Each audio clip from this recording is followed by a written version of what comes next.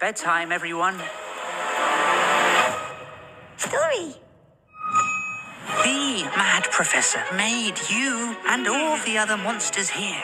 The monsters were safe and never left the castle. And that's how they live happily ever after. Is life boring? I'll make you famous like you never believe. And the most brain-blowing show on earth!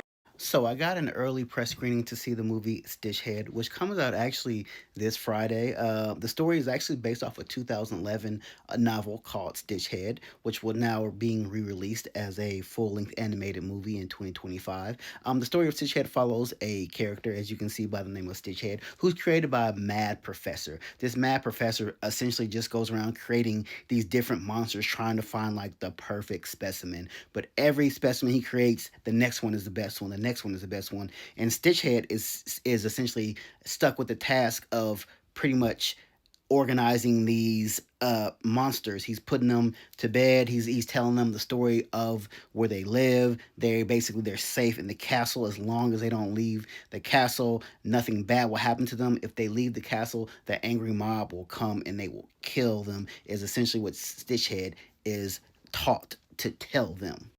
But Stitch Head becomes unknowingly unwanted and unloved, and he begins to kind of question his way of life in the caretaker, if you will. So a ringleader by the name of Fulbert Freak Finder finds Stitch Head and tells him if he comes and joins his circus, he can be a star and he can have all the riches and everything that he wants. And Stitch Head, being pretty much a child, leaves this castle where he is known his entire life to go off with this man who actually ends up exploiting him just for trinkets, money, and fame, and kind of making fun almost of this Stitch Head and taking advantage of his kindness. But I really thought this was a solid movie. Like it was, I love the animation. It kind of, it gives me a sense of Hotel Transylvania meets Monsters versus Aliens with a spin of also like Frankenstein as well mixed in there, which is essentially what they're kind of like going off of more of the Frankenstein. But I really love Stitch Head. Like this character, like you start feeling for this character because he essentially is just a caretaker for these monsters, and the mad scientist just keeps creating these different monsters, and he's supposed to just take care of them. He's supposed to show them the ropes on how to live, how to not leave the castle. And it kind of become like he's not feeling the love. Like the professor never shows him any love. He never caters to him. He's just the goer. Like he just takes care of everyone else. And when he finds the ringmaster from the circus, but once again, once he gets with the ringmaster, he once again wants to exploit him because he looks like a freak show and he has a circus full of freaks. But the thing is, he's more than just a freak. He's kind of like one of those people like with the heart of gold. He just kind of wants to help everybody, but he also wants to be loved at the same time. I think her name in this is Arabella, if I'm not mistaken. I really loved her character in this. She was like one of the townspeople where the circus was taking place at, and she ends up befriending Stitch Head, and she's not afraid of him. She actually like is not afraid of any of the monsters. She's like this kind of like well-spoken, well-loved girl, and she just has so many questions about like where Stitch Head comes from, and really getting to know like who he is as a person. And she's like one of the only people that really sees him for who he is, like the true kind of heartfelt individual that he is. I really loved her character. She was actually really funny.